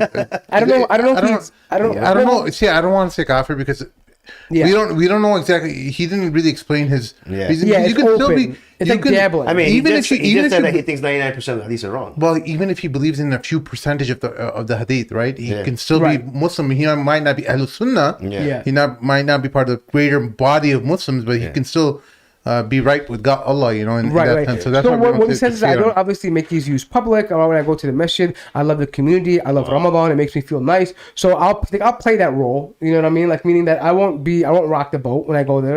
I attend these functions and whatever. And so and he mentions that, but it's just that there's a lot. Those were troubling things to hear, of course, for anyone who's serious about their deen. But I think the most troubling thing is the whole narrative. And the thing that caught me the most was at the end. He's like, Mahin asked him, what would be, your advice to someone wanting to go there or whatever. He's like, go with any tour that's going to show you the Jewish side and the Palestinian side. And see both of them. And he's like, go to a cafe in Jerusalem, eat the great food. And when you go to a cafe and you see this culture, this vibrant culture, this wonderful, thriving society, ask yourself, what kind of monster would blow this place up? Like, even innocent people, Jews and non-Jews, right? And he says that they're monsters to me, right? Is he living in the 1980s? When was the last cafe that was blown up? I don't even know, but my thing is that's such hyperbole, right? Like, what if I was on the other side and said, go to Gaza and see the wonderful beaches and see the wonderful food and the hospitable people and go to the beach and enjoy your day. And when you see the children playing there, imagine and ask yourself, what kind of monster would drop a bomb on them? What kind of monster would drop rockets on them? Right? You could do that too, right? It's not just like it's all Palestinians. And this notion that the Jews are somehow more of a victim, or they have a right to be the way they are, right? Because they have technological advancements, they have a technological advancements or power, right? All the stuff. The core fundamental for a Muslim is that land is Al-Quds, is Al-Aqsa. And he went on to say, well, why don't you worry about Al-Andalus and India and the Philippines, right? And while that may be true, but you can walk and chew gum at the same time. It doesn't have to be this or that. It can be both of them, right? But the fact of the matter is that you wouldn't say that Al-Aqsa is the same as the Philippines. No. Right? There's the Holy Land, meaning the Masjid Al-Aqsa is there. Qibla, bro. Yeah, not only that, the Prophet said that when he went to Al-Quds, when they took him on Isra wal Miraj, Jibreel alayhi salam told him that there's not a hand span in this place that either a prophet or an angel hasn't prayed. Wow, yeah. So this is how holy the land is, right? It's the third holiest site. So of course there's going to be an emphasis on this area, right? It is a homeland. It is a haram for us, right? So the notion, like, it's just many of these silly arguments, these typical tropes that you would hear from like a Zionist person or someone who's pushing that narrative. And I don't want to say he is doing that, but it came off that way, that you're just typically making these typical points. Yeah, it just sounded like the tired arguments that every single Zionist makes. Yeah. Like it wasn't even like subject to any scrutiny. They just gave you some talking points, and you're just like repeating it like a robot. I mean, I know he gave some caveats. Yeah, he did say that, Israel is doing wrong things and stuff like that. And so I don't want to completely. But he never mentioned a single case, right? Like he was quick to mention a Jewish girl that got stabbed, but he doesn't mention about the 14-year-old Palestinian kid that got shot in the face, right? I mean, why would you give details of one side, not the other side, if you really truly want to be unbiased? You get what I'm saying? Like he gave the impression that he wanted to be unbiased, but when he gave the descriptions, they were clearly biased. Yeah. That was the problem. You get what I'm saying? Yeah. Like, I don't feel like you can say, it's kind of like your actions so different, right? When you want to, you can say I'm being non-biased, but if you keep talking about the negative of one side and say the other side is thriving, it's a fact, it's there, it's a thriving nation state, it's a beautiful place, people get along, and then you talk about the other side and say they're just monsters or they're terrorists or they're, it's just the language being used is confusing. Like a Zionist, basically. Yeah, But and so there's this all on top of all that, there's this kind of veneer or image of like pragmatism, like it's like, oh, Israel's a reality, like as if we don't recognize or we don't see that there's a completely functioning country. Yes, of course, we as Muslims know that Israel as an entity, as an occupying force, has formed a state that with a functioning society. We're not delusional in that respect. We know that it's an apartheid. It's usurped land. It's been usurped underneath the feet of Palestinians who initially welcomed the Jewish diaspora, who came to Palestine seeking homes and justice and security, and they were welcomed by the Palestinians. And they came and they did the opposite. What they did was they started the sabotage and they started murdering Palestinians. And that's the fundamental establishment of that country was usurped from the Palestinians. These were people who meant you no harm. They saw that you suffered in the Holocaust, and they said, "Hey, you know what? Why don't you come and stay here?" They welcomed them. You know what's amazing to me? Here's a crazy fact. I don't know if a lot of people know this. The only reason why we know where the Western Wall is because the Ottomans dug that out and gave them a Jewish quarter. Yeah. They had no idea what was going on. And, look, I like Umar Lee as a person. We had a great conversation. He's a funny dude. But this is just, I couldn't understand this. And I'll be honest, and he is recognized in his area as a social activist, right? And who are you talking about? You talking about the guy with the bookstore next to MCC? No. This is different. From St. Louis, right. So what? During the Ferguson riots, he was active and he was in the ground. And I'm thinking in my head when you're saying all this stuff, I'm like, should then black people just have the idea that, well, it's white people country, they have the power. It's a fact that the racism is going to be there. So you should deal with it and not have to worry about it, right? And then say, I can't understand that. You mean act like this is? Yeah, exactly. Black people should act like this. But the thing is, my point is that, why the different attitude between the black and white racism and this? You know what I'm saying? I don't understand that. It didn't make sense to me because there was no. He just seemed to. There was no warning, or you don't see any stages of where he's transitioning to this viewpoint. And I think it was happening all along where he's just kind of cooking up these new ideas. And, and one of the things I'll tell you guys about him is that he's a journeyman. He goes through these different ideas, and I'm not sure this is what the end result will be 5 years in online. Yeah. He's the type of person, maybe a week from now, he'll be like, you know what? Screw Israel. I was wrong about that. Yeah. And he's open about that. He's honest, right? Yeah. But I'm saying right now, I'm just having trouble wrapping my head around the logic. I'm not saying I have to make him think a certain way. He's a free man. He's going to do what he wants to do. But I just don't understand. In being true to what you are as an activist, right? How do you say that for Israel and Palestine? But then when it comes to the racial tension issues in America, it's an entirely different. It's a narrative of oppression and social justice. Yeah, you get what I'm saying? Would you say that about the Native Americans too? Yes. It's a fact. Native America's here. The United States exists. It's a reality. Yes, it's a thriving democracy. It has the technology and power. So imagine if I used that same kind of language on the Native Americans that he was saying about the Palestinians. Look at the condition of the Native Americans right now in the reservations. Look how they're running things. Yeah. Imagine if that was our country. If it was in the hands of the Native Americans, and just use every kind of stereotype and trope to label the entire Native American population and the indigenous populations. Right. That's the same thing. So it doesn't. I think I really think that there's just so many contradictions in, especially a Muslim trying to lend any kind of support towards the Zionist entity. That it's not.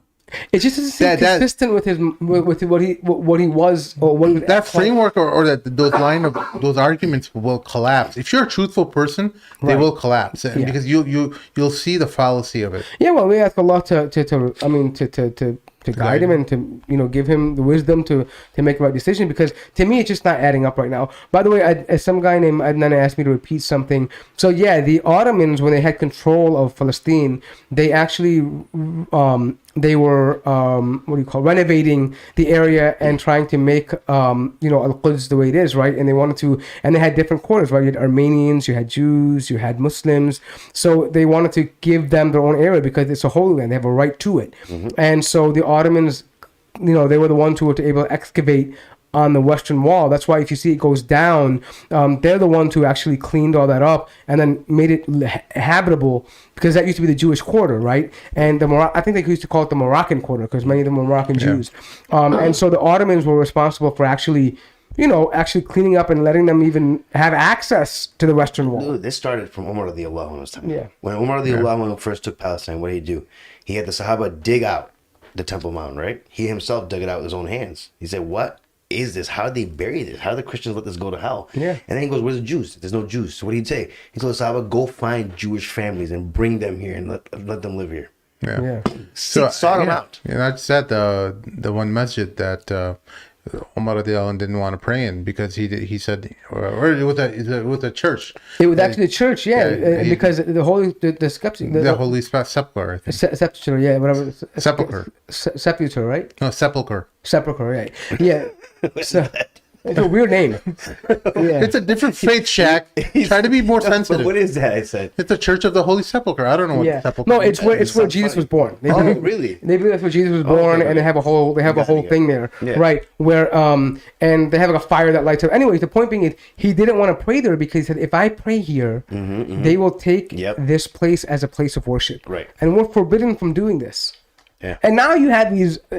Oh, by the way, he mentioned this too. They have a museum or an area where they had people who are wanting to remove Al-Aqsa and or the compound and build this new temple, and they have a whole technology or exhibit dedicated to this. And these are the people that we brought in to pray and to guarantee them. Even now, the one who holds the key to this church that Sim was mentioning, it's a Muslim family. It was amana to them. Yeah. It's been in their family for generations, hundreds of years. And they're the ones who open and close. Yep, for their holidays and stuff like that. Yeah. So, again, I think the Christians realize how holy it is. The Muslims, it's the Jews who just can't, It's their fitrah, right? I'll tell you what. One person was really happy. He's Dr. Jonathan Brown. I bet you he did the jig. He's like, because Umar Lee was one of Dr. Jonathan Brown who wrote a book about Islam and blackness and or Islam and slavery, right? And Umar Lee criticized Jonathan Brown, who's he's a Muslim convert who accepted Islam. He's a very world-renowned academic, and he wrote a book about Islam and slavery. And Umar Lee criticized him to no end about that book, saying that Jonathan Brown didn't recognize Islam's role in slavery and stuff like that. So he got under his skin quite a bit on Twitter, at least. And so I know, at least from Dr. Jonathan Brown. Now it's your moment, Yeah, you know what? He's like, my biggest opponent completely discredited everything he did right now, Yeah. So.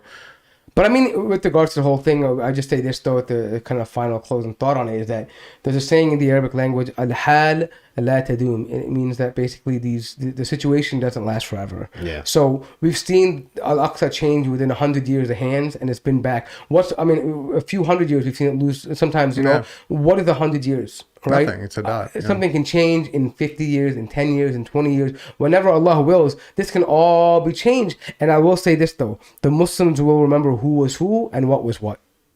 It's very simple. I don't think we're even the type of people who will take vengeance on... Not vengeance, but we'll know who they are. Yeah. We'll proceed with caution. Yeah. Because we'll know we don't fall in the same hole twice. Yeah. Well, that's our show for this evening. Thank you all for joining us. We'll see you all next time. Oh, and help us out on patreon.com/the Bad Mamluks.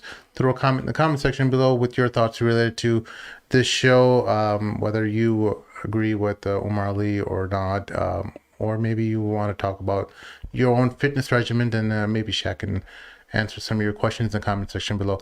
Janwaar Fitness. Yes, Janwaar Fitness. What Mecca days of Books. the week? Tuesday, Thursday, and Sunday. Only in Chicago, folks. We can't do a live stream of that. Maybe we can. Maybe we should do it on TikTok. I'll show up and I'll do like some TikToks. Yeah. Yeah. He's on TikTok. Well, not him. I don't know if it's him, but the Janwaar account. Somebody was. but we Yeah, were there's using an it, account. I tag it all the time when I'm. Oh, nice. Because I make a video before we start. I'm Okay. like, get you guys in, get your ass in the gym and Nice. put it up. But yeah. Cool. Anyway, folks, we'll see y'all next time. Assalamu alaikum.